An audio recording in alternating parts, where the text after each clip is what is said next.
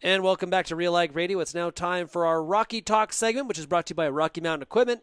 Dependability is what we do. For more information, go to rockymtn.com. Joining me right now for Rocky Talk is Joel Hoehn from Rocky Mountain Equipment. Joel, how's it going?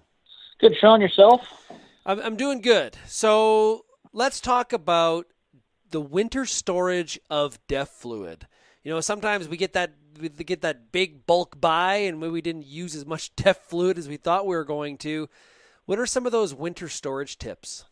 Well, ideally with DEF, if it's in the bulk container, if you can keep it out of the sunlight, put it in in your storage shed. If you have a heated shed, that's ideal.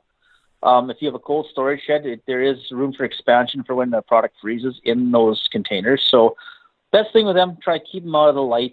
And in spring, when you go and it's all thawed out and you want to go use it again, if it's possible to agitate it, maybe just stick it on the back of your truck, take it up and down the road once or twice just to agitate that fluid so there should be no sediment in the bottom or displacing the fluid over time. So if DEF fluid does freeze, it can be used again? Absolutely can. Again, with DEF fluid, lots of companies state that their DEF fluid doesn't dilute when it freezes. It doesn't dilute, but there is some sedimentation, I guess you could say, or settlement of the product in there. So again, if you can agitate it somehow, like throw it on the back of your truck, go around a mile with it on the back of your truck or on a trailer just to agitate that fluid before you go pump your equipment full, that's probably the best thing you can do for your piece of equipment. So is there a temperature where it's not ideal to store it outside, or is it just kind of whatever? Well, if you have to store it outside, again, you want to keep it out of direct sunlight. For some reason, DEF does slightly degrade in the sunlight, and you will lose some of the urea, I believe, is what actually settles out or distorts the ratio mixture in there. Ideally, you want to run it right empty and buy new stuff in the spring. But again, I understand that you can't. So keep it covered, keep it out of the sunlight. It can freeze, it can thaw, it can freeze multiple times, and it shouldn't really affect the product. So is there something you can do wrong where it becomes unusable besides the sunlight factor? Well, there is never really a point. DEF does have a shelf life.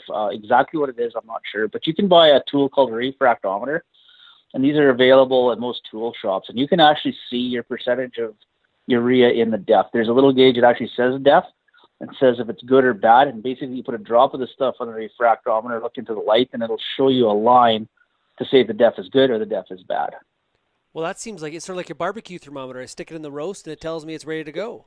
Well, not quite. It's more like an eyedropper. Hey, any sort of easy tool to help us out when we're trying to figure some of this stuff is I'm all for, man. It's make it easier is always better. People look at the DEF fluid as sort of that necessary evil in our era here of Tier 4 engines. So, and I think there's more and more DEF being stored on farm in bulk, and so this is more and more of a consideration for a lot of people. Absolutely. And again, we got to go back to your equipment storage too. If you got DEF in your equipment, again, drain the tank out. Don't leave it half full of DEF or a quarter full of DEF. Drain it out. Rinse it real good with water.